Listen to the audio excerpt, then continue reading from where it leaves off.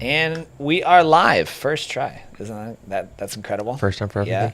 And our audio, I think our audio is going to be good this week. What do you guys think? I'm hoping it's better this week. Yeah, but that's my bad. I didn't have it plugged in. So we had everything checked in our headphones, like it's working for us, and was not plugged in. So, guys, I'm David Fox, the Black Belt Realtor here on the Keeping It Real Estate podcast, and we have Jerry Bobbitt and my broker, Jordan, the official broker, Jordan Bobbitt as well. When are we going to have Josh on here, man? I was thinking about that. I was thinking about that this morning. He'd be fun. He'd be entertaining. Yeah. He'd be interesting. Yeah. That's a word for it. Yeah. Interesting. How's Scott? Is he like chatty? Yeah, I think Yeah, we should have Scott on here too. Yeah. He's our local. Got some great ideas too. Yeah, he's our local Florida guy. So we got a whole thing of big news that we're talking about this week. Obviously, the Fed cut rates, but that didn't necessarily reflect into mortgage rates. And so we can talk about how that is and maybe why that is. Obviously, we have several amazing Reddit rundowns that we're going to go into, different Reddit articles and misconceptions and just some complete ludicrousy. Ludicrousness. I don't know. I'll Google it. But tons of just crazy ideas and things that have happened on Reddit. So first, let's get into. Do you guys want to do a Tales from the Trenches? You want to go out of the order a little bit, or you want to dive right into the Reddit rundown? Let's do a Reddit rundown, and then because I know you guys are actively working with a unique situation. I heard you pre-show. I was like, yeah, yes. This sounds like fun. This sounds like every deal ever. All right, so Reddit rundown. Here's what we have. Oh boy, just bought a duplex with my father-in-law. So I'm gonna go ahead and share this one. That was the only painful one you sent me this week. They're not too bad, yeah, but I think it depends, right? So I just bought a duplex with my father-in-law. Now he refuses to pay his half of the mortgage. We got this duplex in August, and my father-in-law in one portion and my family in the other. Oh, so they're the tenants. I could have told you how this is gonna go. Like you want that? Yeah. So our mortgage is $41.38. we split it, or we should. Every month so far, it is now November. He has refused to pay the mortgage and just threatened to squat it out since he wants to save his money. He's threatening to just foreclose on the property, which is crazy because he paid like $30,000 in taxes to even get the dang place. Now he's upset about literally everything. He's saying he's not going to pay his half, let it go to foreclosure. We're just about to let it happen. He's the only one who had to pay all the taxes to get the place. We didn't have to do that. What the F do we do? We're planning on just getting a travel trailer and living in that at the end and just save if he's really going to burn this place to the ground. Oh boy. Well, let's go. I'm going to punt this one to Jordan first with your contemplative look. I'm just laughing because what were you thinking buying a duplex with your in-laws and the other half of the family? Like, that's just a recipe for disaster. At the headline, it reads like they bought an invest. That's what I thought. Why are you buying a duplex and living in it? And your mortgage is $41.38. Go ahead, Jordan. Yeah, no, I mean it's definitely a house hack to do that. I know certain situations where people have done that, where they've bought a duplex, lived in one. Some rent out the other half, some already have a pre-plan, but to buy it with, and like in most cases that I've seen, it's I buy the duplex and I rent out the other half to you. So if you don't want to rent it out, then fine, by all means, you're gone. In his case, he just bought it with him in like a partnership, which that would still be a headache for her. A headache, but not a complete loss. Correct. I mean, he'd still if he chose to squat it out, he could still. I mean, Tony did that. The guy squatted for like 7 months. So it would still be like you're out 7 months of rent and things. But so what do we think happened here? They co-signed. They got it jointly. Like, is that sounds difficult to do? So that would be my guess. I mean, Jerry's 2 cents on this. I don't know what state they lived in, so your foreclosure laws are different from every state. They vary. In Michigan, again, assuming assuming this is in Michigan, And then depending on how they're holding title too. So there's different ways to hold title. One way would be like a spouse and their partner. Another way is if I were to buy a piece of property with Jordan, we could have it with tenancy in common. And depending on how you hold it, I own 50%, Jordan owns 50%, or we equally own 100% and can't do anything with the other part without the other part's signature, right? Right. So depending on how they're owning it, and I'm assuming they both own 100% and they can't do anything without the other side. That being said, let me back up now. Your father-in-law's a douche. That's just not cool to happen. It almost makes me want, like, this is such unusual behavior. But let me say this. And I'm assuming it's the son-in-law. It doesn't say, or I can't tell. It doesn't. By the name, I can't tell. Yeah. Assuming it's the son-in-law, doesn't really matter. You're out nothing. It sounds like the father-in-law put out all the money to close. Well, no, and this is where I think it's a little, because he said $30,000 in taxes, which means he probably had something that he had to pay off in order for them to get the loan, and that's where I think that he didn't, like, they equally split everything. Yeah, but I mean, the $30,000, because they said $30,000, and he was the only one who had to. Meaning, I think it was. I mean, were these his back taxes that he just owed because he never paid the federal government what they were supposed to? Not that Dave or I know anybody that would be like that, but do you see what I'm saying? Are these just back taxes that he had to pay off to get the loan because he had a lien on something, or are these property taxes of $30,000? That's exactly. Well, that's exactly the situation I was thinking of. Is he had to even get bankable? He had to clear. He had to clear some taxes. Right. This is.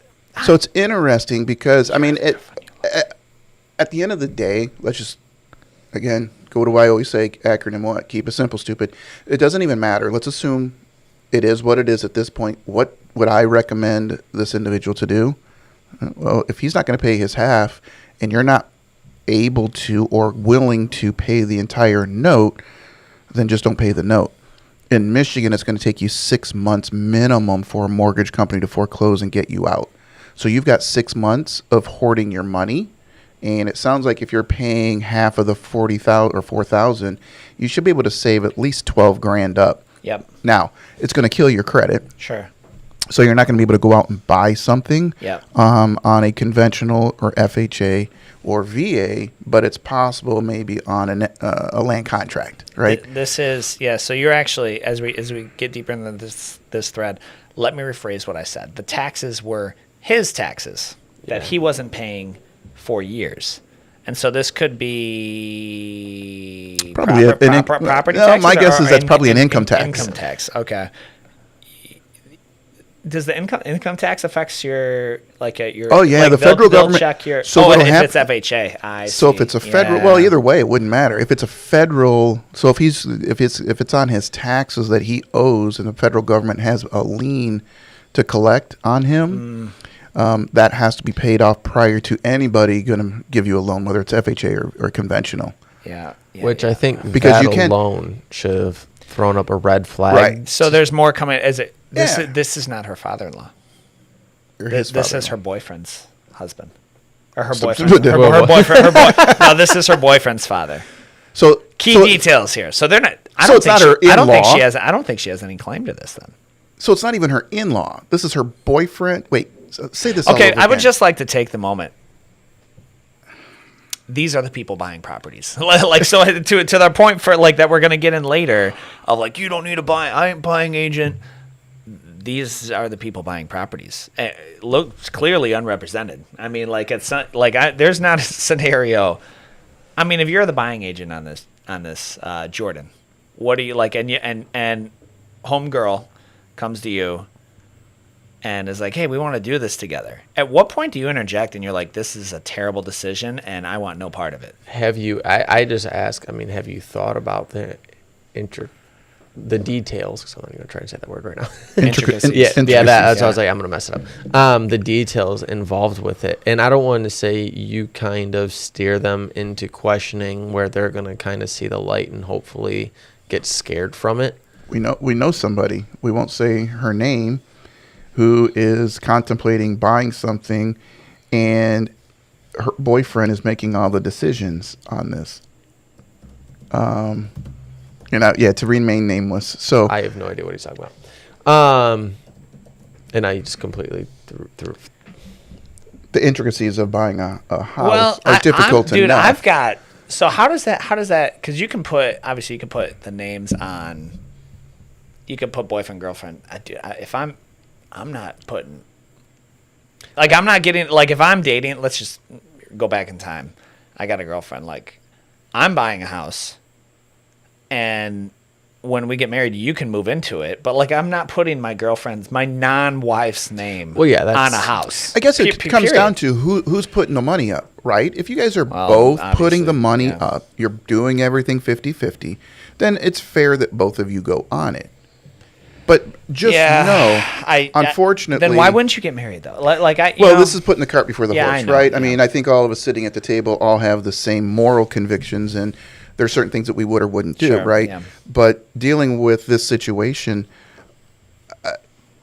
it's a cluster from the beginning. It is. I can tell you, I and my agents, if they were to come to me with that situation, I would have them sign a different document that states this is going against our professional opinion, that you shouldn't be doing this. Here's our reasons why. If you want to move forward, you're moving forward with knowing against our advice. Yeah, against our professional advice. Yep. And because people unfortunately have amnesia, they'll forget. And then convenient amnesia, absolutely. Yeah, then something will happen. Then all of a sudden they want to get attorneys involved. And if you were the buyer's agent, why weren't you looking out for my buyer's best interest? Yeah. You should have advised against it, and you never did. And then I pull out the handy dandy piece of paper, and I've actually had instances at the closing table where people have started to go down a road kind of like this. And I said, no, that's not what happened. And they disagreed adamantly. And I pulled out the piece of paper that they signed. You brought it to closing. I always do. I bring the entire packet. And I pulled it out. And his answer was, he did this. He goes, you actually kept that piece of paper. Get out of here. So he thought he was going to get away with it, huh? I'm like, yeah, have you signed it for a reason? Because people get amnesia. What was the incident? What was the situation? He said something that is so slimy. Like if you're just gonna what do they call it? It was about money in this situation. It was he agreed to do something and pay for something, and then he's like, I never agreed to pay for that, and I'm like, yeah, you did. I'm like, we did an addendum. He's like, no, we didn't. And then when I pulled out, he was like, you kept it. I'm like, was that the last deal you did with that guy? It is. Yeah. What a punk. Yeah. What a punk. Like more and more. Like it's like I just won't deal with people. And what is your well, I guess that's a tangent. I'm going to keep it simple. Yeah. So on that one, honestly, I guess at this point in time, save your money. You're going to lose the house. It's going to ruin your credit. I don't think she has any client. Like I'm reading because as you're getting deeper into it, or is her boyfriend on it? I don't. Wait, stop. I'm totally lost because this is the Reddit IQ. Like this is why we go on Reddit. Who is on the mortgage and who is on title? I don't know. Because in the beginning, it's like, oh, I bought a house with my father-in-law. Well, did she?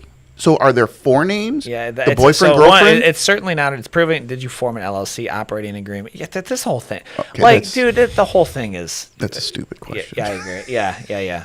Well, I do know people like investment. Like they'll put the house into a. That's a dumb question because then the LLC would have to buy the property and you can't. So it's a. But in something like that, no mortgage company is going to give the LLC.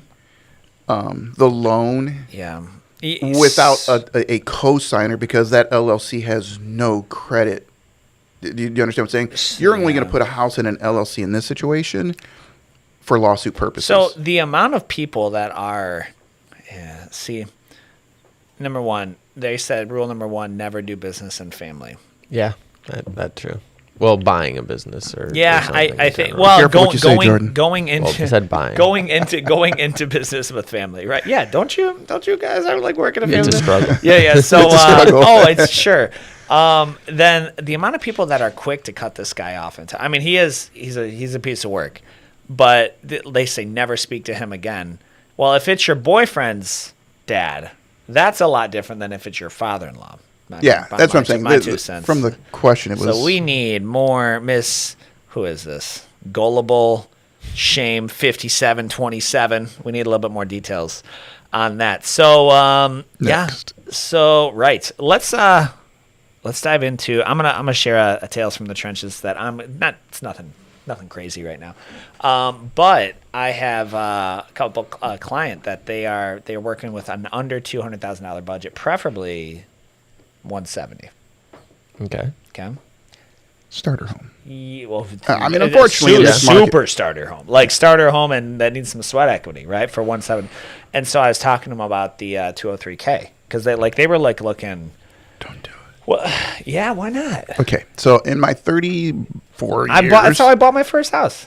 Okay, so you are the only closing that I know of that has ever closed on. Get outta here. Swear to you. So here's the Get problem. outta Listen, here. here's the problem. All right, Shit, we should have asked Joe when he was on here for this. ask Joe. I promise you, Joe's me like I don't want to bother Roll with him out, because call him up. they just waste time. I literally it took forever. I mean, it took That's why. forever. So when did you buy it? What year? At 2013.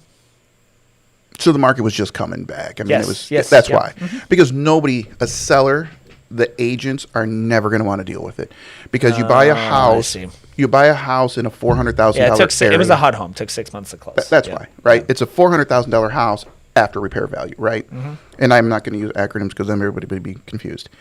Your interest in it was $200,000, and it was going to cost you $150,000 to repair it. Mm-hmm. The problem with a 401k, and I'm not a 203K.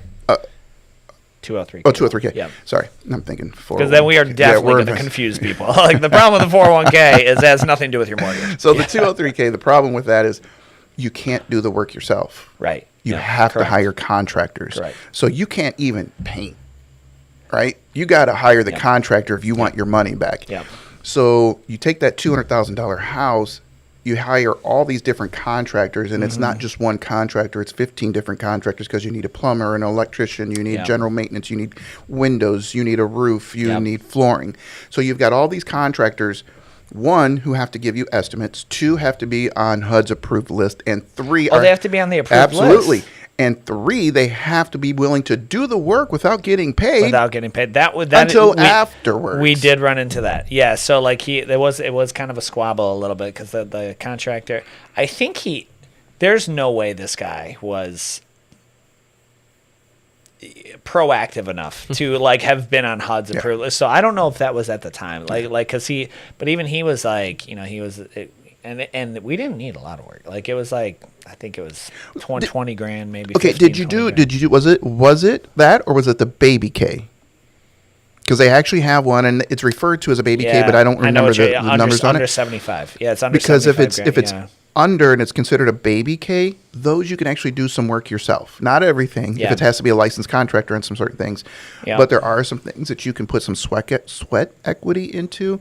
So those are a little bit different. But honestly, It as was an not. agent, It was not a huge ticket. Like it wasn't like 100 grand. It was just some stuff. Like I'm trying to remember now. Like drywall, paint, maybe some siding repair. Like not nothing. And the big. reason for that is, like you said, it was a HUD house because most sellers, So agents, yeah. I'd tell you to go fly a kite. I did explain to it. Well, I mean, but some of these homes that they were looking at, like I mean, like they're like Rough. they've been on the market for like 5 months, and what's crazy is there's like it's really $120,000 house, and they're asking like 180, and we walked in one yesterday. It's in Brownstown, and I'm like. You walk in and the smell of the water hits you, and it's on a crawl space, and I know that smell. It's like so it needs 10 grand minimum right now in your crawl space, and then as we just got to And you haven't even walked through the and it threshold got yet. worse and worse and worse and worse and worse. Yeah, so like that could be one.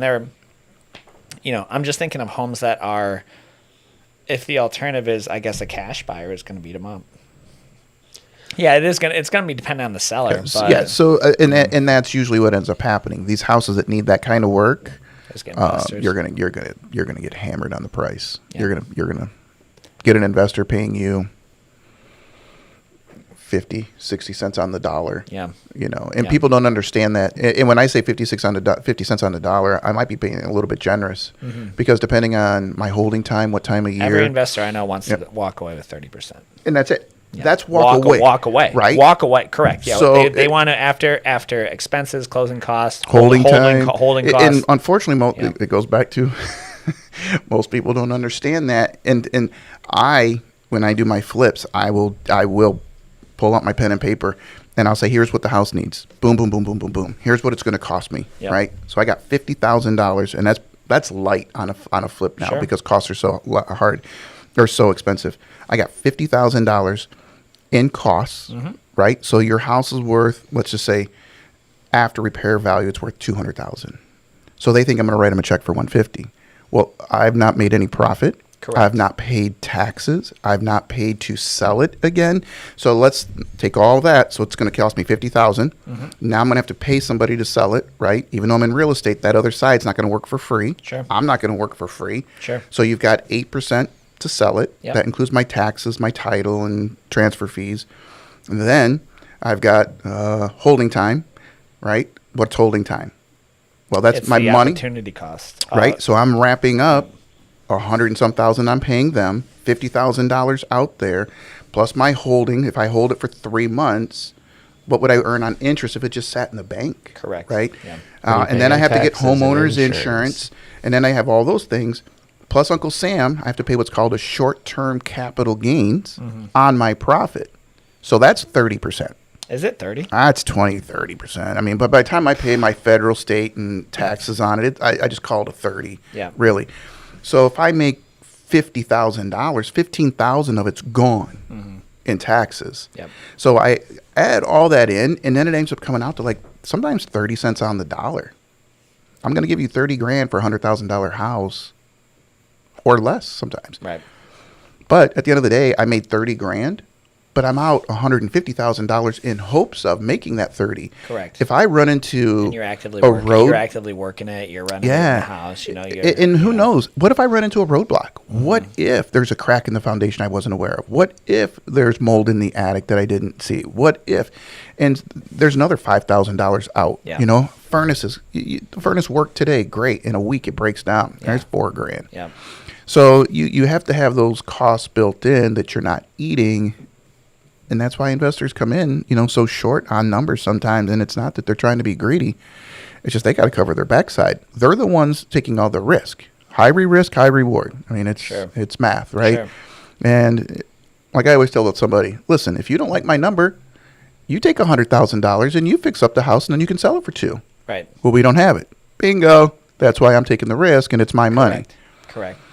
Yeah, and the time is a huge thing too, because then depending when it actually gets time for sale, what season you're going into, you could just have to punt it till spring. This is a perfect example. Right now, I'm not looking for an investment right now. Yeah.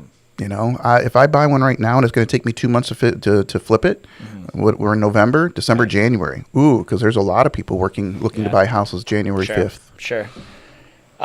So that was. That was your. That was mine. That was my 203. It took us 5 months to close. I mean, this was HUD though, right? It was through HUD and it was the FHA, and it took a while. It took. Yeah, but a normal HUD FHA does not take. I know, dude. It was my 2 first. 3 months. But imagine, who was your realtor? Susan Kreider. Don't know. She was a sweetheart. I hope she's still alive. I sent her a message. I try to keep in touch with her from time to time, and she was a real sweetheart. And what was the sale price? $279. Oh, so it wasn't too bad then. No, it was. It wasn't too bad for her. I mean, it's not like she was buying. You were buying a $50,000. No. So it was. Yeah, it was it was $279, and then it was just it was repairs and it was small, right? And it was just money we didn't have to put into the house because the down payment took all of it.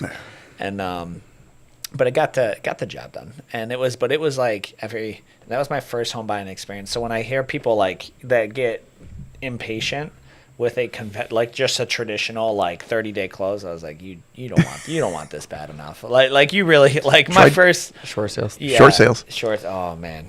One thing about the 203Ks too. I mean, you know how hard it is to find good contractors now. So factor that in, because I'm sure 2013 it was a little bit different. So far I think I've got a good carpenter. I think he's done some work at my sister's house. He's been punctual and honest. His work's good. What's his rate? His it's fair. No, it's fair. I mean, it's like, it's fair. Like it's not. Fair. He's not the cheapest dude. Yeah, but it's fair. All right, we're gonna go into a Reddit rundown, one more, and then let's go into your guys' tales from the trenches next. So we have. Let's see. I'm gonna pull it up. My personal favorite is a buyer's. Here we go. I'm going to punt this one back to, since you spoke so much in the 203K, I'm punting this one to Jordan again because I know he's got a lot to say about it. Is a buyer's agent really needed? We've been in the process of searching for a home a little over a month. Our real estate agent is nice, but hasn't been helpful. We've been searching for our own houses, sent them a list to tour, and they are here to get us in the house. We were feeling lost because we're literally digging through Zillows for listings and not finding quality homes. We have placed offers, but it got declined. Our agent provided no help to find the comps in the area or flushing through our offer options. Our agent has also provided zero assistance in setting up us up in an MLS or finding homes that may work for our needs, even though they have to find out likes. They had us fill out likes and dislikes forms. We both work full time and have kiddos, so we don't have time to dig through Zillow on the daily. I feel like they aren't doing any. What would you expect them to do? If you don't have time to dig through Zillow, then you how is that different from the homes that I'm going to send you? You still got to look and see, and I need to know which one you want to go into. Well, I think the difference is when you're on Zillow, unless you're actively going down the criteria, marking down so it only fits. Right. Even in that, if I send you a list of houses in the morning and say, hey, here's the 10 that have come up in the past couple of days. You just have to go look through those next 10, and then I can send you the one or two updates, as they come up as needed. Right. And it's an automatic. Correct. Hey, here's the listing. It's in your email inbox, however you have that set up. So it's a lot less hassle than, okay, I got to go to Zillow.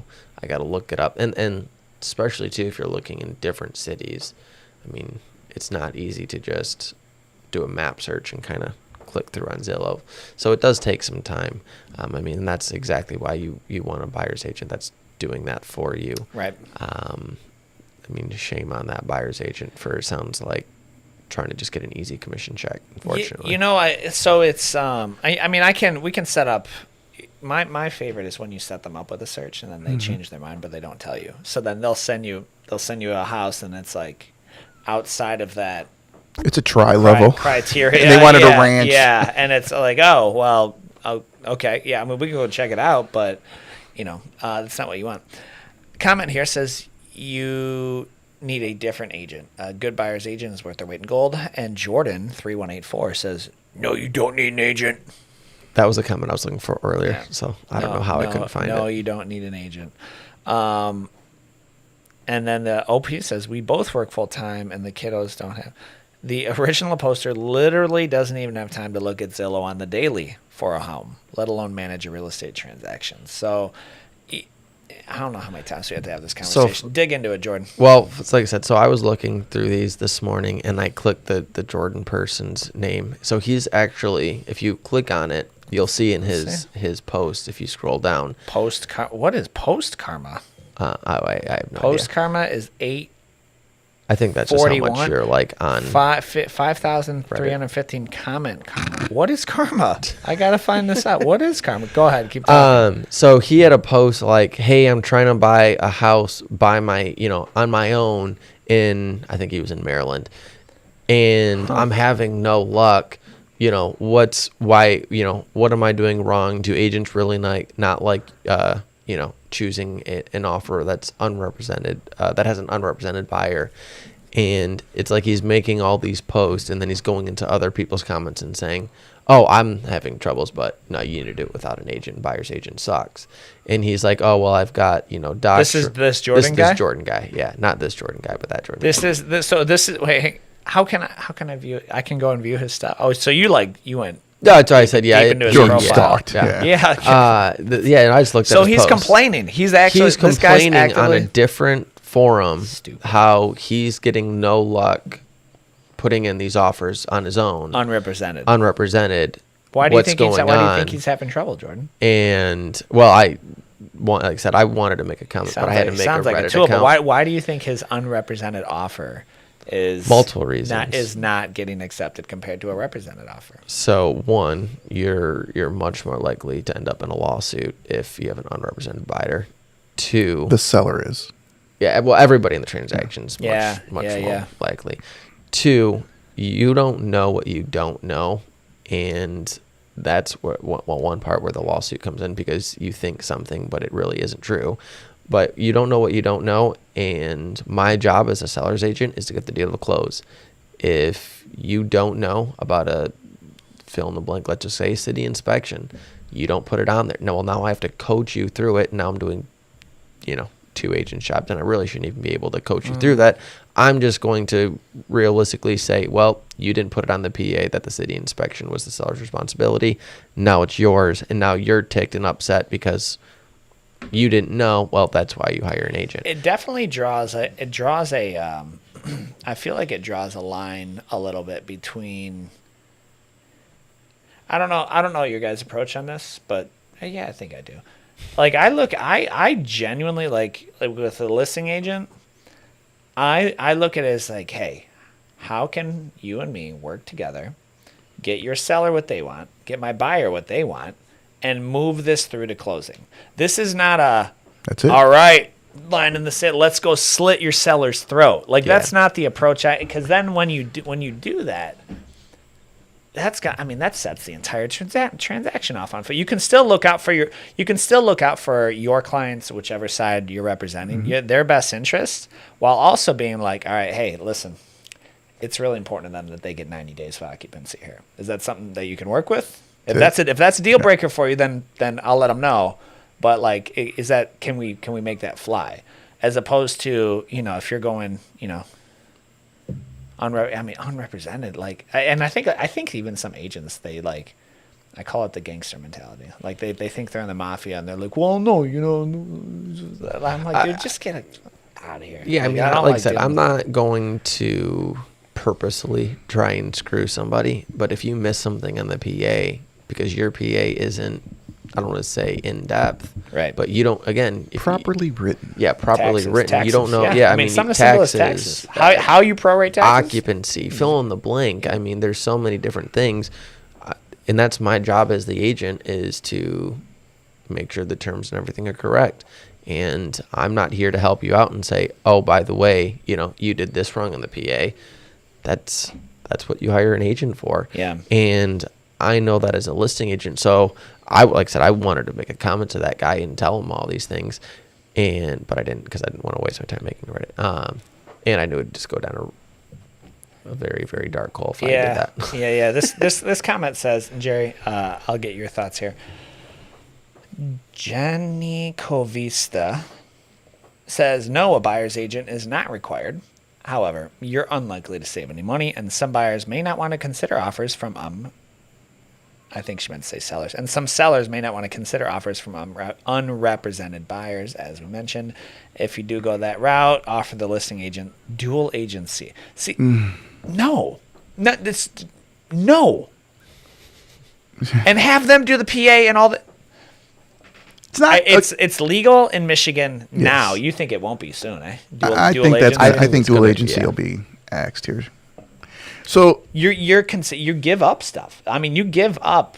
You concede some protection with dual agency. Some fiduciary duties. There's a fiduciary duty, right? Yeah, which is So, I mean, so what was the question, man? No, she's saying, her agent Sounds like a lazy agent. Hasn't even created a search. Dude, I'll set people up. I set people up with searches before they're even clients, because guess what? I stay in their inbox now. Hey, you know what? Oh, you're looking for? I'll tell you what, man. I'll just send you some homes, just to kind of do some market research. So now you're getting the searches even before we've even signed a buyer broker contract. Not right? to completely go in a different tangent, but just so he's you like, know. you can't do that. I just got to look over. You can't do that.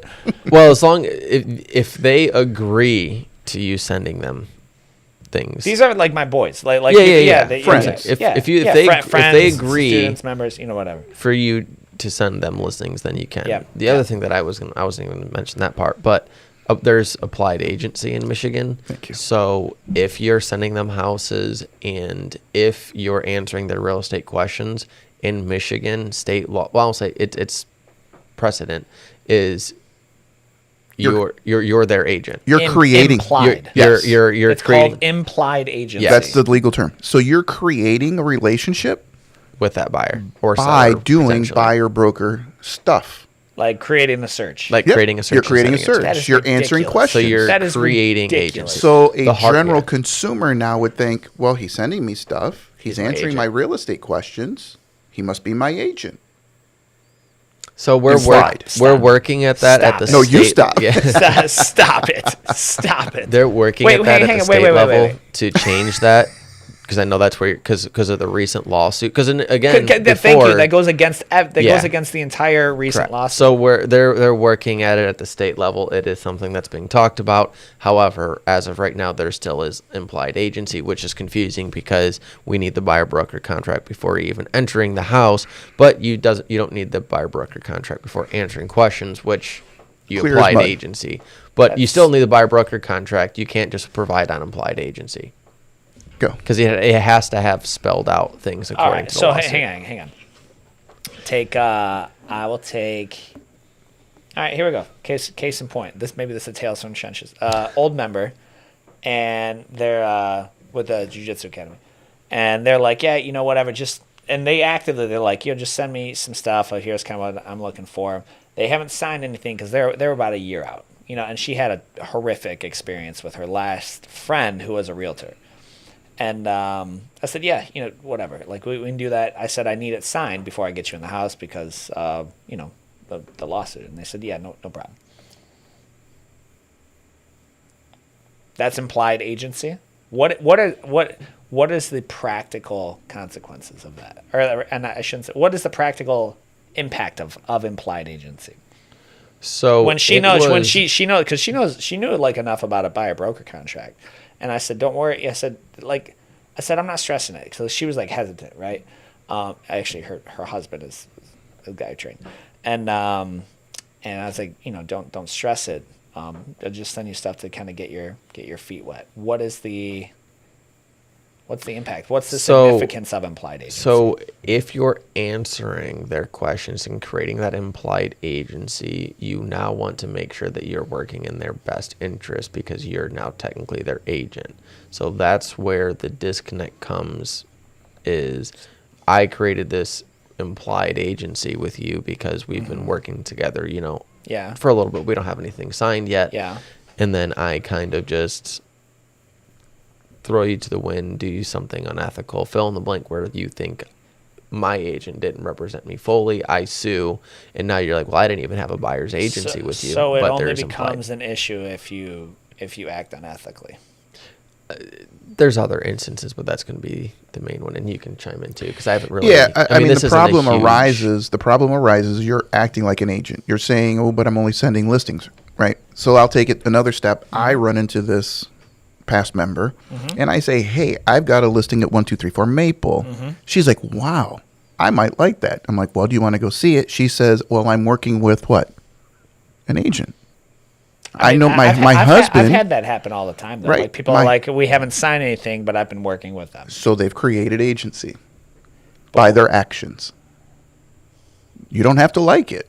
That's what the law says. So, but what is the? So then, when it goes to you, they're like, hey, you're available, whatever, Right. and you go show them that you sign the BBC, buy a broker contract, and go show them the house.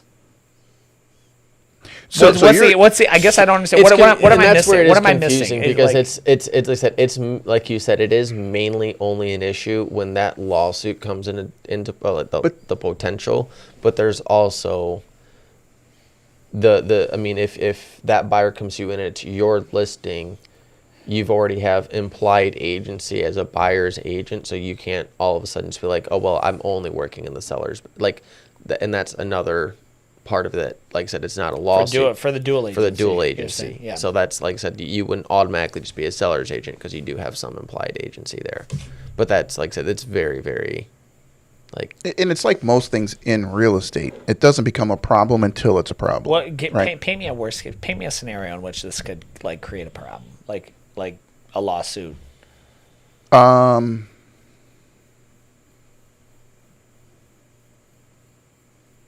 trying to think of one. Yeah, for implied agency, it's going to come in where that client feels that you didn't do something, fill in the blank, and I'm trying to figure out what that something may be. So it would have had. We're assuming that you've progressed further than just sending homes, right? But you're answering questions, right? I mean, I'm really not, but I think I've got a scenario. Let's say they see a house and they wanted to go see it. We haven't signed a BBC. I can't make it out there. They miss out on the offer. And that's where I was going with it. Could they theoretically say, hey, Dave's been our agent. Yeah. We want to write an offer. It costs us this house. Yeah. Now we're going to sue him. Could they? That's the problem. Yeah. We're going to say, wait, we didn't have a buyer broker contract with you. What do you mean? Yeah. They're going to say, but it was implied. He's been sending me listings for 6 months. How can you tell me he wasn't working for me? Okay, I mean, that's...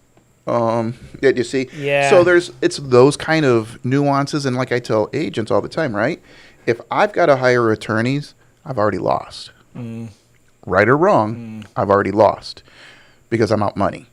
And that's why I've always say CYA, right? If you're answering, I could see where if you're answering questions, that's a lot more than just getting sent listed. Yeah, I could see where if they're like, hey, every week they're like, what about this one?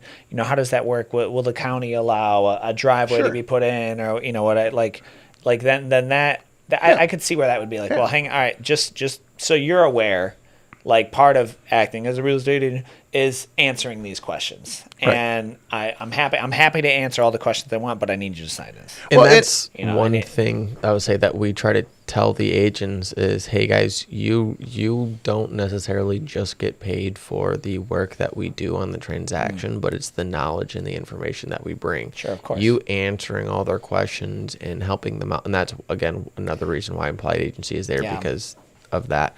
But that's what you're paying me for is my information and my knowledge and what I bring. So that's what we say is, hey, I'd love to answer these questions for you, but let's create some sort of actually written agency. I take it back another step now, because now it's not my choice. It's not my choice that we have to do the buyer broker contract, right? It's because the federal government states now that I have to. Yeah. Matter of fact, they even said $500 million worth of you have tos.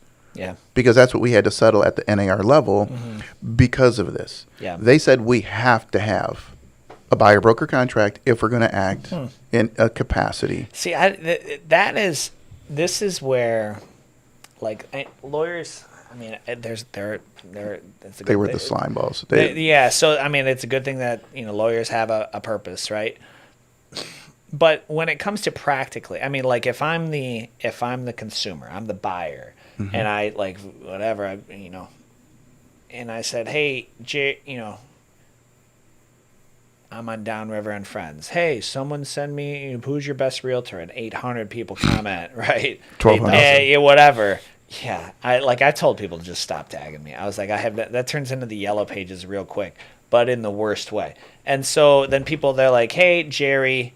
I choose Jerry by the luck of the hat. All right, Jerry, you came recommended. Can you show me this house? Sure. Sign here.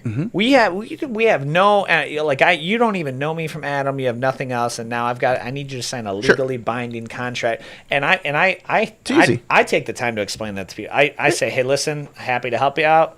let me explain to you the rigmarole of what happened in the past 2 years with NAR and why this goes against everything I stand for as a human and how I do business. Because normally I believe in providing value. You like me, I like you. And then we can say, hey, let's move forward together. Well, the powers that be said, nope, we need to do this minute one. It's Correct. like, hey, you meet a chick at the bar, girl, let's just get married. So what I like to do in that case scenario where I haven't really had an opportunity to meet with the person yet, because first and foremost, I'm going to try and meet with you. Hey, come to my office. Let's go to grab coffee. Let's talk through this. You have a lot of luck. I do that. It's like for the freaking. That's tough. Oh, it's hard. Cold. But It's tough to get them to pin them. It down. is. I've had a couple successes with it, and I will say, when I do get them to come sit down and meet and let's talk. Oh, we win. Yeah. It's a win. Not only that, but they're afterwards. They're like, "Wow, I've learned so much. This is so helpful. I've been trying to talk to other agents. They don't even give me the time of day. Thank you so much." That's great. Like, how is there? Are they crushing it so much? Like Laziness. It's lazy. Like. You know what the average real estate agent sells every year, right? I do. Units? Yeah, I do. Okay. I do. What was it? 2/3 sold zero. Of real estate last year? agents. 1/3. There's a difference between though agents and realtors. You have to make sure that there's Yeah. a lot more. What So percentage of agents are realtors? Though? It's like 90, right? 90% of agents are realtors. Probably. I would It's venture to say up most there. are, but I would say For the 1/3. show, let's explain the difference. To me, it's stupid. Like I think it's the dumbest thing ever. Like, hey, you're taking an oath not to be a slime ball. Go ahead and join our club, and now you can be a realtor, right? And I'll make sure you pay your dues. But like that's what is the difference between a realtor and a real estate agent? Well, it doesn't matter. It's fine. The technical difference is the code of ethics. his looking how you do. I'm sorry, I don't mean to laugh, but like Jordan is so. You're just like so by the book. Like, I mean, you're like, let me tell you, I'll give you the exact technical difference. To me, I'm like, yeah, once, they should go ahead and that's the, I mean, it really, it's just the I don't want to say just, one of the main is the code of ethics. Yeah. Realtors are supposed to follow the code of ethics. Real estate agents do not have that code of ethics. That's going to be the big thing. I mean, there's the MLS and certain things People like that. use them so interchangeably. They're like, So- I'm yeah. working Yeah. with a realtor. I'm like, So all right, is that- realtors, Yeah. all realtors are real estate agents. Correct. Not all. trademarked included. Yeah, that's right. Not all real estate agents are realtors. Yeah, Yeah. correct. Not realtors. You don't go to the doctor, so it's not a realtor. It's realtor. Just Yeah. a little pet peeve out there. Yeah, I don't. I mean, For my I don't, listening. I don't really. I know it was a big deal. Like when I was doing my branding, I was like, dude, do I need to put the trademark on there? And you're like, Yeah. Supposed to. I probably should. But to answer your question, right? Yeah. Yeah, exactly. Yeah. But to answer your question, which I totally forgot now. We were talking about the buyer broker contract and, Oh, and why? like how like Yeah. forcing, like I But we yeah. have a one day. Oh, See, so yeah. it goes That's back what, to and the that's what I broker. was gonna say, and Go ahead. because we changed subjects. The buyer broker does have not a one day, but a one listing, time. a one listing. So hey, Yeah. Yeah. we want to go to this house, Yeah, and that's sure. what I was saying. If I can't meet with them during do a buyer consultation, I'll do So- that. yeah, I hey, mean, it's just this house. And an easy way to explain that too is like, listen, if you were trying to sell your house, right? I go to your house. We do a 6 month, whatever contract for me to sell your house. Right. This is the same thing. You're hiring me to represent you to buy Yeah. a home, right? Or to find you a home. So in order for me to do that, you need to know and I need to know what your expectations are and what my expectations are. Yeah. I'm going to love you and I'm going to show you all the houses that fit your criteria. Yeah. And in return, you're going to pay me and you're going to show me some loyalty and only look at houses through me. Correct. It's not an inconvenience. That's what I'm here for. And I Correct. want you to call me. I want you to text me or Correct. do whatever it is. Now, you're saying you don't know if you love me yet. And that's understandable. So what we need to do is we're just going to do what Jordan said is a 1 day contract. I won't say 1 day. It's for one house. One You want to listing, see 1, yeah. 2, 3, 4 Maple. Yeah. This just says if I decide to buy 1, 2, 3, 4 Maple, Jerry's my agent, and I know that, and I agree to pay X amount. Yeah. And you actually do that for multiple listings in one day because it Yeah. says the following property with S in the parentheses. So if you want to put 3-4 listings down on that one line, And to your point, like, yeah, if I can even get them on the phone, like it's game over. It's a win, right? Like, because I can explain it to you can take complex allegedly complex things and break them down simply. In person, even better. But when I've had a lot of people. They've had experience with other agents, whether they're realtors or not. I'm not sure, but they're like, okay, cool, and like, what's your email? I'll send you the contract. It's like, yeah, I can help you out. What's your email? I'll send you the contract. What are you talking about? And I think that's just against how I do things. Let's go into Jerry.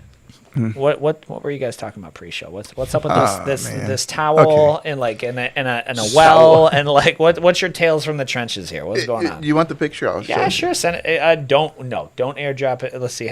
Send it in our group text, and then I'll pull it up. Right. If you airdrop it to me, we lose the stream. So I had one of our agents call. There was a problem post closing. Our client had 30 days occupancy. You guys represent seller. Correct. Yep. We had the listing. Our seller had 30 days occupancy. They moved out. Keys were turned over. New owners went in and said that, multiple issues with the house. There's a window that's missing, like I guess a glass pane it's missing. Somebody poured concrete, they said, in the basement drain, put towels down it. And there's some other issues with it. So they sent me a picture, and it's honestly quite obvious. Let's see. Going to send it to Mr. Dave. It's quite obvious that this has been there. I'll pull it up for the. Not just a day or two, but it has been there. That towel has definitely been in that sewer drain for quite some time. So they sent over a plumber's estimate to do what you can see there, to break that little piece off the top and remove that towel for $4,500. $4,500 to do that. Hang on a second. You could, with a little hammer, which is what they did, and a nail, break up that piece of concrete and pull that towel out in about probably 10 minutes. No concrete was damaged in the making of this picture. Yeah, I'm trying to pull it up here. Yeah, Hang so that's the problem. At least that's one of the problems. So here's where we're at as the listing office, right? 1, you had a private home inspection. 2, this was an FHA purchase. So there were items that needed to be addressed. I can't remember if it was FHA. I think it was FHA. Wanted 2 of the windows repaired. No, I take that back. It was a home inspection. Nailed 2 of the windows, I guess, were cracked. So 2 windows were repaired, and some other things were done. Our stance is this is a 3rd window, not the 2 that we repaired. Those 2 have been repaired. We've got receipts from a contractor that did do it. This is a 3rd window. That window that doesn't have, I guess, a window pane in it was like that from the very beginning. The owner said it's never had one while they lived in it. So that addresses the window. So to me, it's a moot point. This concrete, that's clearly has been there longer than 5 days. There's no way you're getting that towel to look like that in the. And I know that for a fact because I've actually had to do it myself. They just closed. This past week, less than a week ago. So, they've got some complaints, and I'm not saying that they're not having any issues with it. I'm saying you had a private home inspection. It sold FHA. The FHA, appraiser was in there, didn't hit anything. So to say that now all of a sudden this house has all these problems and issues is difficult at best to prove. So that's where we're at right now. We're not trying to, screw any buyers. If there is an issue, then by all means, it needs to be addressed. They did a walkthrough, right? Well, this is where the problem lies, right? So they had 30 days occupancy, so we actually closed 30 days ago. And this is where it can be a problem, right? Because now when you do the key exchange, their agent was too busy to show up to do an exchange, so the keys were, exchanged with nobody present. I don't know if they were in the lockbox. Just go to the lockbox, take them out now, and the house is yours, and we'll be by later to pick up the lockbox. And so there wasn't a signed key release form when the keys were released.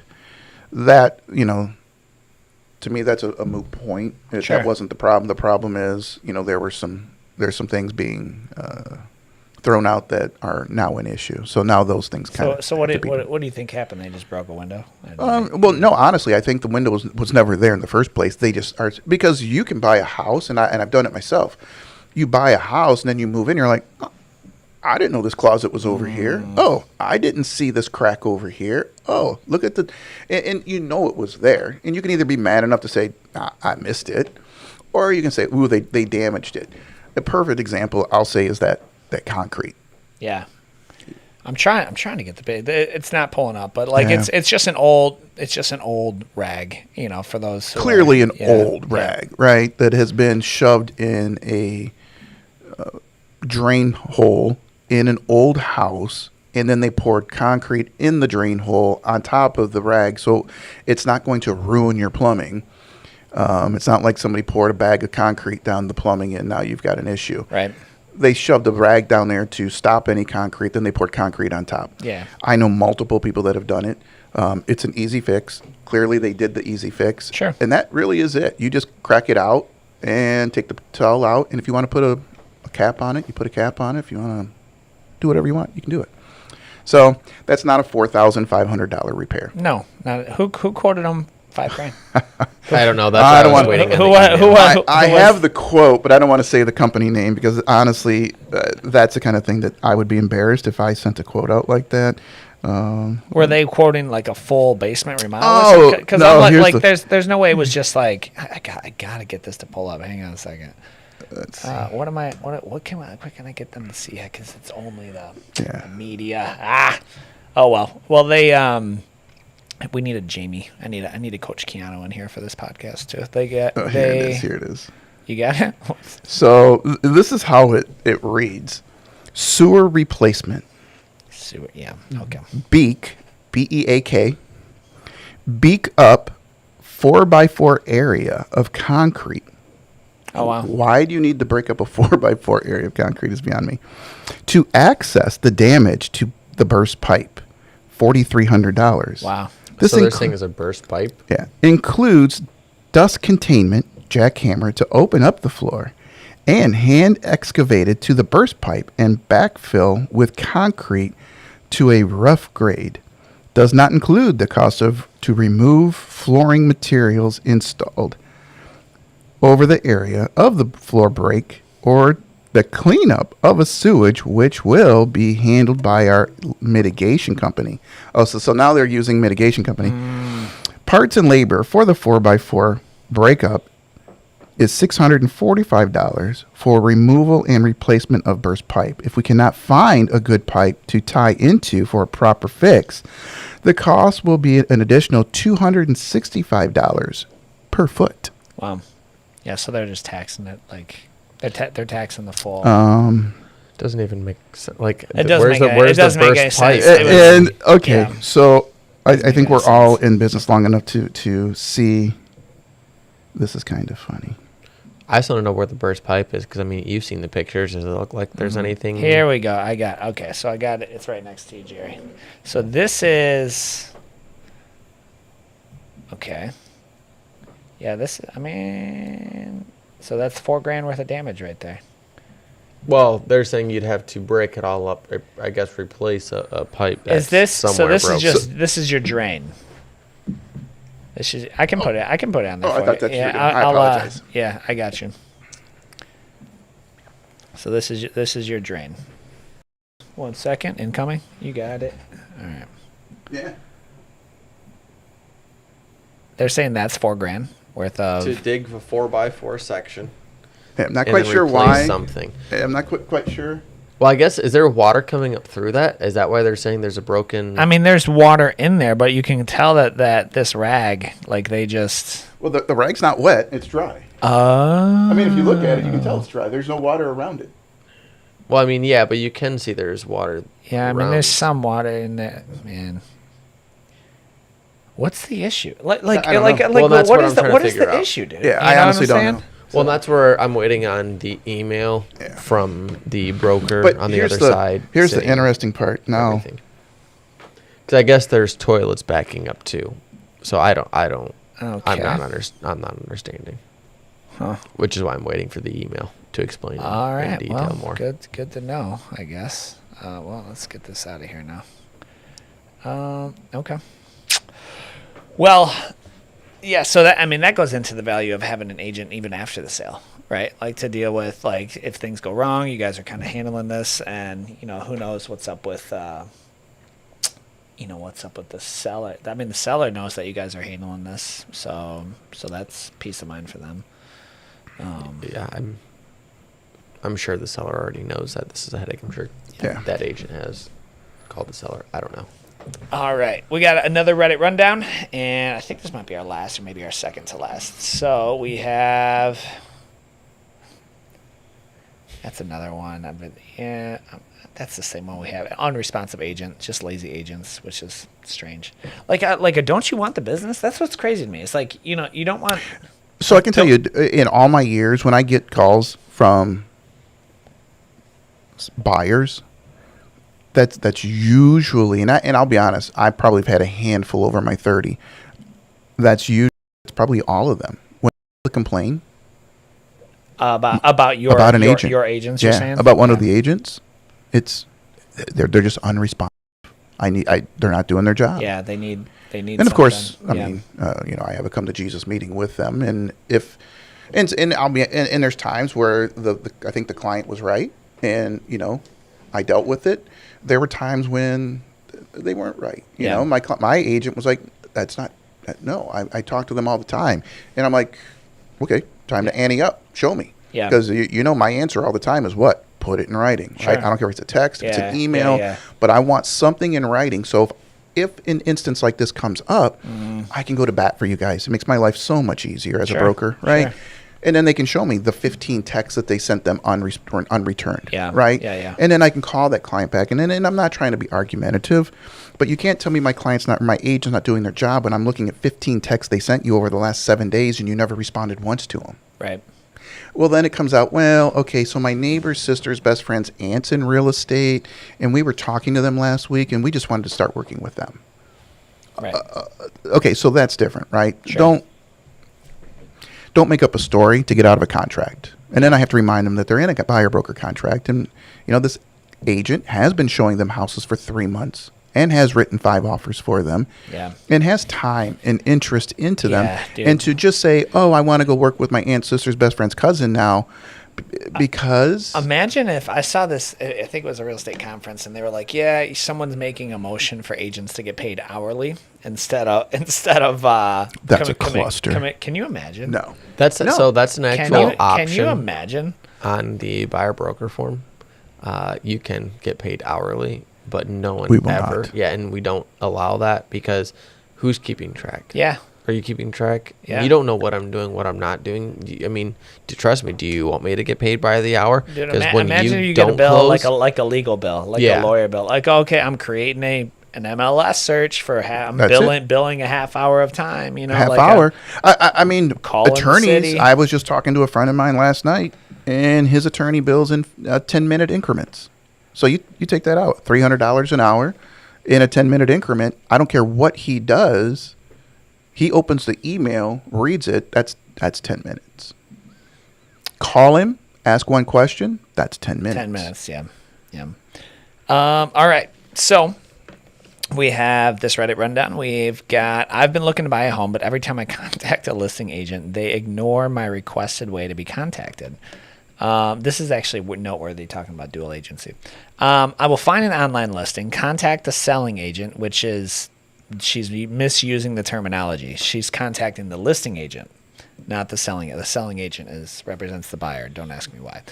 To request a showing, ask for them to not email, not call, but text when the next showing is available. So she's saying, don't email, don't call, text me when the next showing is available. I either get a phone call in the middle of the day when I can't effing answer the call, or get an email 4 days after I had asked for the appointment time, or I get ignored. Why can't real estate agents listen to people's needs? Literally at all. Sweetheart, Get an agent. They don't work for you. Yeah. Period. They don't work for you. Get an agent. Like, now you can say they could work for the seller and try, but if I've got, to our point, like, at Elizabeth's house that she owns now, 40 showings that the listing agent didn't have to coordinate. Like, it was vacant. All the 40 independent buyers agents want to get in, and you want me to reach out to you, you're unrepresented buying behind. You're out of your mind. Like, you're entitled. Go get an agent if you really want it this bad, and don't put it. The listing agent, most of all, it's crazy. Why can't real estate agent listens to people's needs? I mean, I would text you and say, hey, here's the story. Like, I don't work for you. If you want, we can sign up and then we can do a dual agency maybe, or I can get you in at this time. There's whatever. But like, I would do it once. I'm not going to like work around your schedule. No, especially if there's other interests. Yeah. And one thing to note too, that I'm sure a lot of people don't take it into consideration, if it's a hot listing, and I'm sure people use Zillow or realtor.com if they're not using, I want you guys to look at the saves and look at the views, and then think about how much just bull crap that we get. And that's just on one site. And if your listing agent isn't checking Zillow, Trulia, Homes, Realtor.com, and the 20 other, if you guys are on Zillow and you put in a request, one, you probably aren't getting the listing agent. But two, they have to go and check that third party site and then look at the hundreds of applicants that have said, oh, I want to see this house at this time. Please text me. Correct. Don't call or email. No, not a chance. What I'm doing is I'm sitting down at whatever my designated time is, and I'm calling everybody on that list. If you don't answer, I don't want to say that's not my problem, but it's extremely hard to cater to that many people's needs when, oh, by the way, I already called you back. I've gotten 5 offers on my house. And there's no loyalty, right? Yeah, there's no. I don't have an agent relationship with you. Correct. I could call you, set up the appointment, and by the tone, I'm guessing she's not going to want to sign a buyer broker contract. And then she's going to go somewhere else. So I'm the one that showed her the property, and then she's going to go buy the house from her. Correct. Yeah. So that's cool.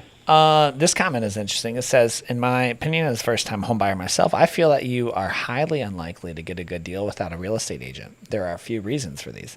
One, as you called out, scheduling can be a pain. A good real estate agent is likely to have a team of assistants, etc., who can manage this. And most of your work is just showing up. Most selling agents tend to be well vetted, and they have a click. No clue. Unfortunately, I wonder if they're talking about collusion here. Unfortunately, your entry into good deals requires you to have someone in that clique. That is completely. Yeah, that's false. That's illegal. So a good selling agent is unlikely to entertain an unreasonable seller, as it is going to be time and effort sink. Well, unreasonable. A good selling agent is going to be. So they are likely to filter out bad deals and make their lives easier. They're going to work with good buying agents. That's where now. Those are two different things, but right? She's saying selling agent when she means listing agent. Yeah, correct. Yeah, she's so that's where your buying agent comes in. For example, we have seen around 12 to 13 houses till now, and most good listing agents seem to have worked with my agent before. It just makes the transaction and negotiation so much easier.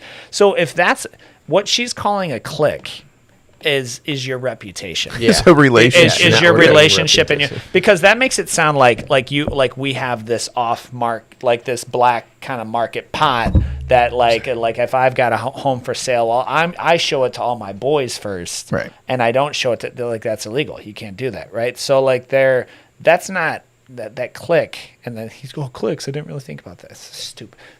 This is where people are getting their advice, right? This is where that's crazy. And number 3, negotiating in an uncertain. It's always, negotiation, of course, having definite comps. But we talked about the having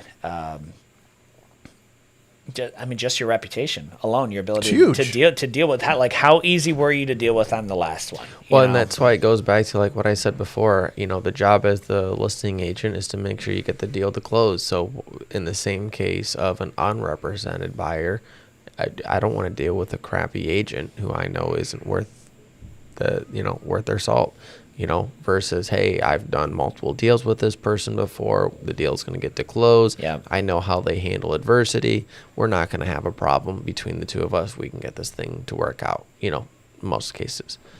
It's a night and day difference, and anybody who's been in this business long enough knows a good agent on the other side it's the world difference. This is interesting. This is an interesting take. It says, too bloody tired. It says, I'm a female realtor and have been for over 2 decades. I will not meet someone in person I haven't at least spoken to.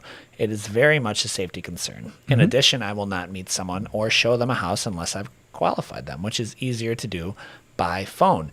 In addition, I also get tons of scam emails each day. So unless I speak to someone on the phone, I'm going to assume they're a scam. Yeah, that's just like 100% agree with her. Show me thank you. Yeah, show me that if you can't pick up the phone, dude. Like if your boss, I'm at work.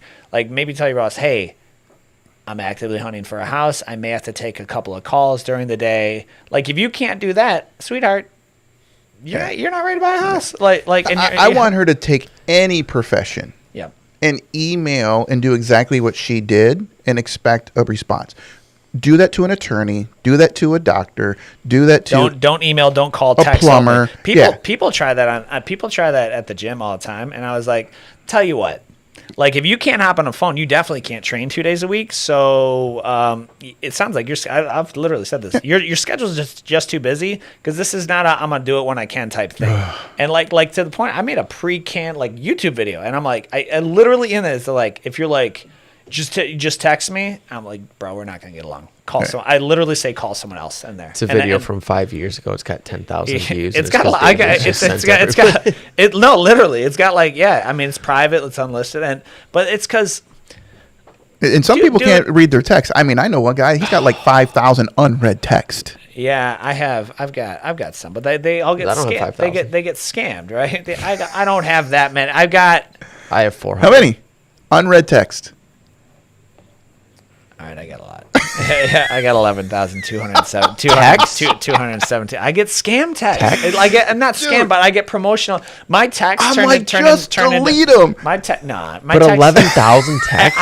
Okay, unread. Here, I'll show you. Unread. I have 375, and I get made fun of. I'm looking at I've got Sync Agent. I've got, and I keep them for the maybe proud of you this week. Ricky Caruth, Dim Mac Collection. I've got delete them. It's not human. Yeah. What am I going to go through and go through 11,000 threads? Well, no, you just delete them all now. Yeah. Oh, I can't just. I'm Sadie of West. Yeah, just cold text and things. So yeah, this one. 11,000. I get a headache. See, my word. So we start in 10 minutes. I don't know who these people are. So they're I have 363 now. Unread? No. Or just text? No. Unread? So, yeah, I'm sorry, Miss. I have 2. Miss Dear Union 44. Because you're sending out red flags, there's crazy people out there, and the amount of stuff people spew about realtors is crazy. You're telling them not to text and not call. You're telling them to text and not call or email you. They don't know who you are. You're a stranger. It sends creepy vibes. As for calling you during the day, that's during work hours. That's usually when the admin stuff will get done. Since they might be, I love that they crucify her. This is what. If she were to call me and complain that, I called one of your agents, I would have been like, and there was a reason they didn't call you back. Yeah. Safety is a concern to my agents, and I value their safety over the dollar. So if you want, they'll be more than happy to meet with you face to face prior to, get you qualified. Again, you have to remember, if you're calling for one of our listings, part of our job as a listing agent is to bring ready, able buyers. Mm-hmm. If you're not able, then you can't buy it. And how do I know if you're able unless I get you a pre-approval? Correct. And if you're not willing to take the time to go get the pre-approval, then I'm not willing to take the time out of my day and go show you a house. Correct. Yeah. I think it's a fair trade-off. Yeah. And if you're not willing to, that's cool. There's 100 and some thousand other agents out there. Yep.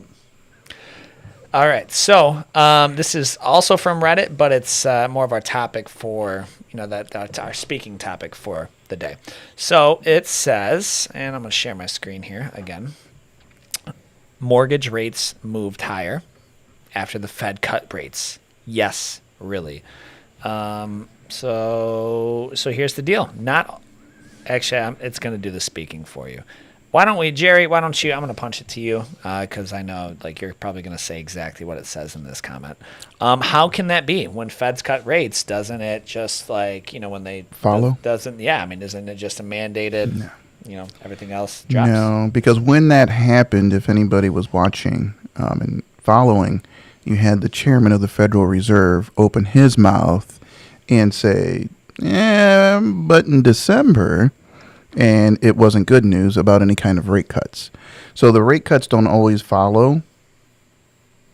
Mortgage rates don't always follow the rates from the Feds. The federal rate cuts. So it went down. He spoke negatively and said it's not going to go down probably next time, and it may even go up, I think is what he said. And the market reacted to that. They reacted to the second adjustment. His comment. Not this one. Yeah. They reacted to his comment, and that happens. And unfortunately, the rates adjusted, I think, by 20 points. So because this is a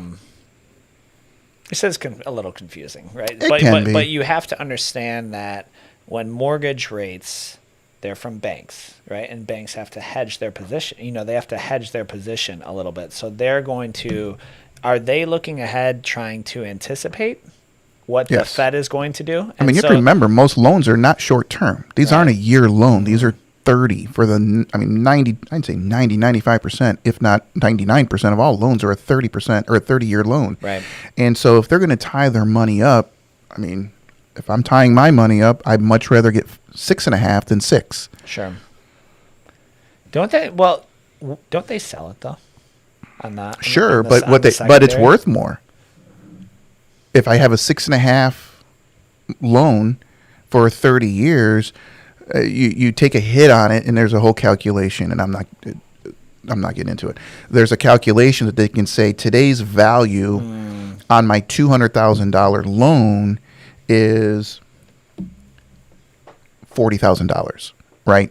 I'm just throwing numbers out, and I'm throwing numbers out. Yeah. Because it's gonna be more like 240, right? Gotcha. Okay. So that I know my $200,000 loan is gonna make me another $180,000 over 30 years, but I'm willing to take a hit on my $200,000 and I'll sell it to you for X amount. I see. But now you own my loan and you're gonna make $280,000.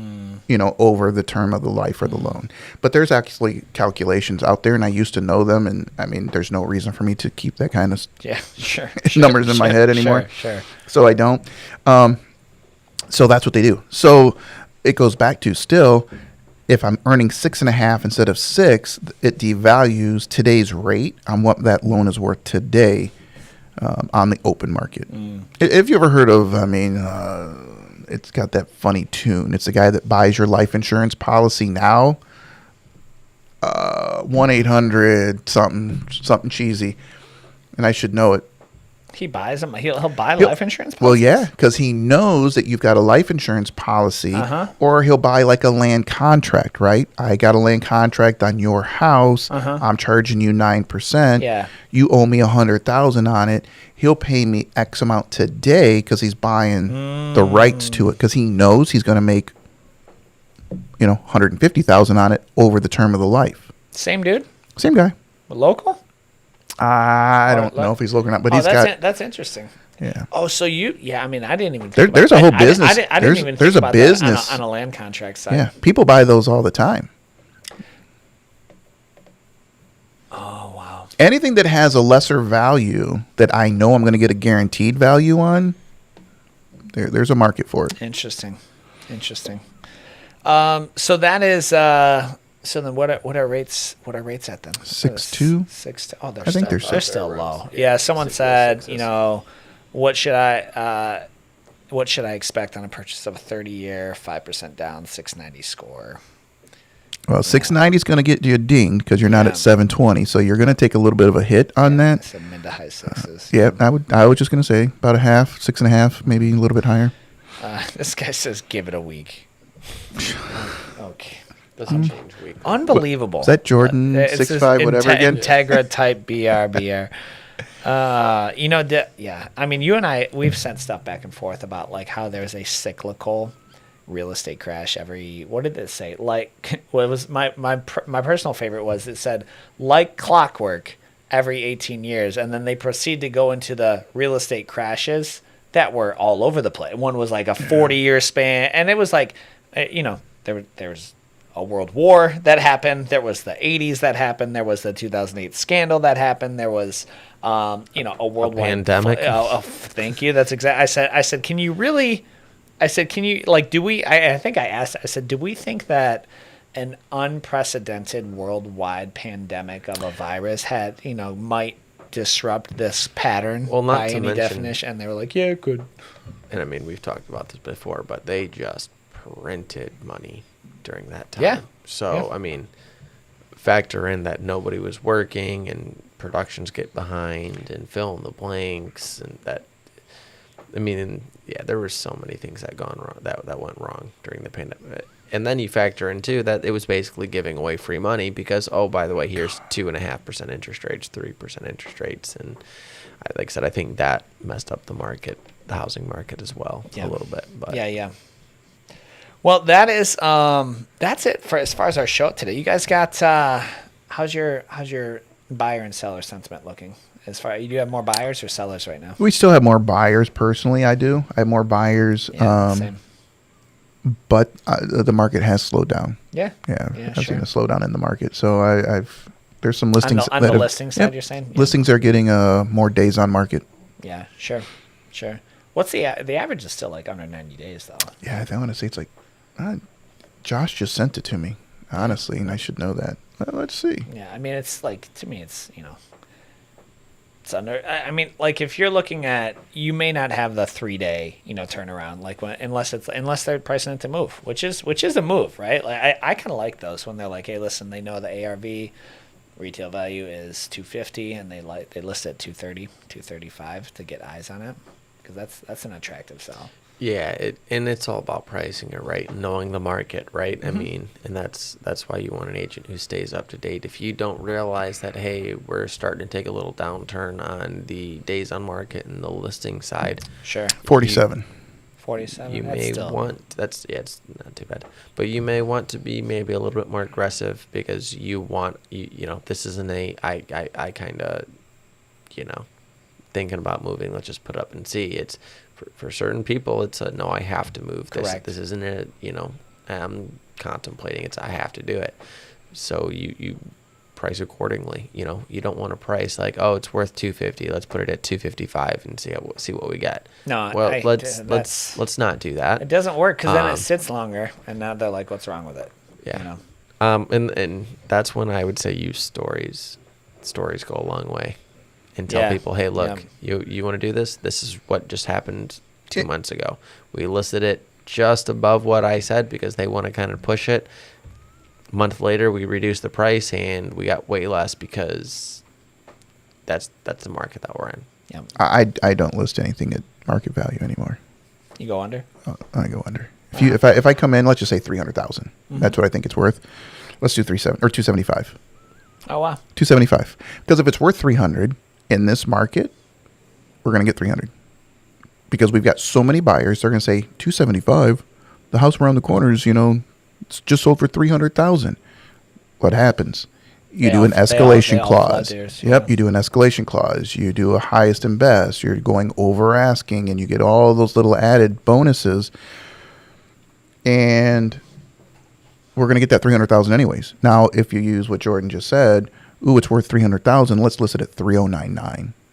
We'll look at 300 still, but let's list it at 3,099. Now those buyers that saw it think, well, if it's listed at 3,099, that means they probably want over 3,099, right? They're looking at 315 to 320, and it's not worth it. So I've had it work out both ways where let's do it at 275, right? And we end up selling it for 300 or more. And then I've had it where I thought, man, I think it could get 300, but I'll be honest, there's some anomalies, right, out here when we're looking at our comps. I think you could get 300, but I honestly don't know. I think we're better off to do 275, and if I'm right, then the market's going to show us and we're going to get 300. If I'm like, and I'm right when I think it might get a little bit less, our 275 is still going to cover us where there's still some room. And those offers come in at like 275 or 280, right? And we had multiple offers. We had 3 or 4 offers, and all of them were within that 275, 280. Had I put it at 300, those buyers, I guarantee you, in this market would have never even looked at it. Yeah. So it works out in both cases, whether I'm right or I'm thinking I'm a little high. Just put it a little bit low. Let the market speak for itself, because trust me, if it's worth it in this market, the buyers are going to be there.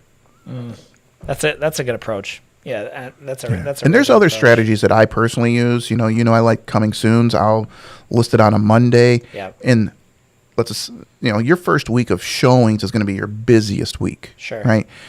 And after that, it slows down. And hopefully we can sell it the first week, because if not, that means, we're going to have some issues. So I take that first week, I put it in usually on a Monday, go live on Saturday. So if I had even 5 people that wanted to look at it, one Monday, one Tuesday, one Wednesday, it doesn't really seem like there's a lot of activity. And plus, it's just my buyers have to leave now every time that there's a showing. What I like doing is just having it go live on a Saturday morning, and then those 5 people that wanted to see it now have to see it on Saturday. Sure. And when they go to look at the appointments, they see, 10 o'clock's taken, 11 o'clock's taken, Yeah. 12 o'clock's taken, Yeah, 1 FOMO, o'clock's get taken. FOMO going. Now all of a sudden, man, I better get in there or I'm going to miss out on this thing. And if I like it, I better go high because there were 4 showings today. And then all of a sudden, if it was worth 300, they're going to write it. If it's really not worth it, they're still going to write a decent offer, right? And then I just let everybody know if there is more than multiple offers, or one offer, then we just let them know. Do you ever block out times? No. No. Like just an hour or two there to make it to appear as if they were shown? No. I've Fake never it, done no, that. it's fine. Yeah. One thing though that he said that I think it's important to add to is I know where you're going. Go ahead, because now I forgot it. If there's multiple offers, you have to make sure that your client is on the same page, because you don't. Is that where you're going with No, it? I wasn't, but I remember. So you're good. So Keep going. with that, this is and again, this is where agents are worth their salt. I can't just share information that my client's not wanting me to share. So if you write an offer and then Jordan writes an offer and Joe Blow's writing an offer, Correct. Yes. Yeah. Yep. I have to, ahead of time, I ask my clients, hey, Mr. and Mrs. Smith, if I get multiple offers, do you want me to share with the other agents, and do you want me to share in-depth information on those offers? Do you want me to say, hey, Dave, I got a 275. Can you do better than 275? Dave, I got a 290. Can you do better than 290? And it's conventional, and they're giving them 30 days free occupancy. Or do you just want me to say we have multiple offers? Or do you want me to say nothing at all?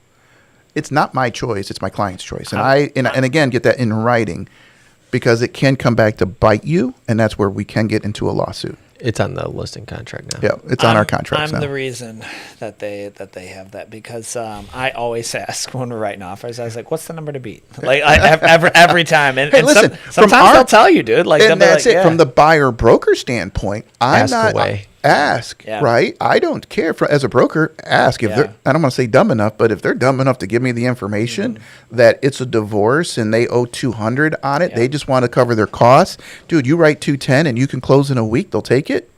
Thank you. Because we're writing 210 and we're closing in a week. Yeah. But we will maybe. And I want to present the offer 220. right now, and I want an answer, within an hour. Deadline. Yep. Yeah. No, what I was going to say earlier to the fact of the listing prices was buyers are so conditioned now to go over on listing prices, and that's something that we don't even think about. And if he said that, oh well, I like it, so I got to go in over and I got to go in strong, and that's unfortunately been the case for so long that that's what their mentality is. So when they see your house is listed at 300 and it's worth 300, I'm not even going to go and waste my time to look at it because it's 300, but I don't want to pay 315 for it. So I don't want it. Let me tell you where I learned that tactic. Interesting. I was at a national conference and sitting in the hot tub talking to a guy from California. And I'm like, how do you guys have your average sale price always consistently? Your average sale price is like 105%.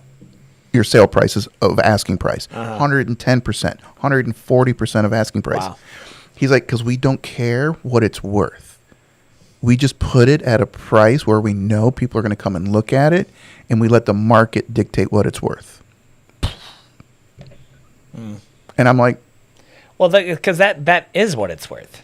it is. Like see, so that what the it's kind of like it's a different mentality is all it is. Yeah, it's a very different, and I think it also sets out. It can kind of set the tone for the transaction too. Let's say all the other comps in the area are 300, and you list yours at 310. What does that tell you, if nothing else, about that seller?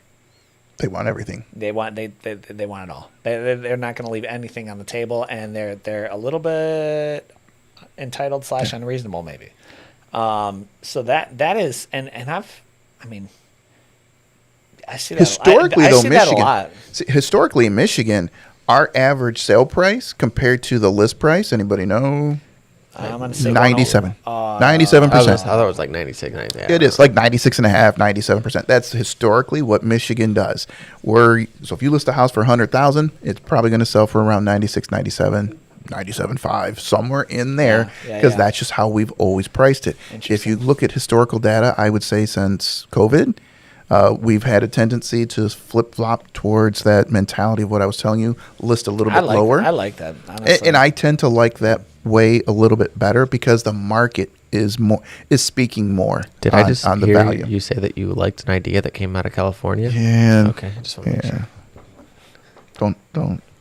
Don't post that part, please. I don't know what I'm allowed to say at this point, so I'm just gonna keep. I will advise not to say it. I will. Like when I was doing, I need to go back to my $1 million, ugliest $1 million homes bits that I was doing. I was like back in the country of California. All right, guys. So appreciate your time. If you guys, as always, wherever you're watching this, Facebook, YouTube. I don't think we're on Instagram. You might see clips on Instagram. But comment if you have any questions. Obviously, we're all with Synergy Realty Group out of Woodhaven, but we serve pretty much statewide. We have gone. I know you guys. Grand Rapids. You guys have gone Grand Rapids, up north, out west. I seem to spend a lot of time in Monroe County these days, which I'm not mad about. We do a lot of Canton. Yeah, Canton. Yeah, Monroe. Yeah, Canton, Monroe. Living. You go to Ann Arbor. I've been to Ann Arbor. I've been even further west than that. I've been to. It wasn't Jackson. What's the other one?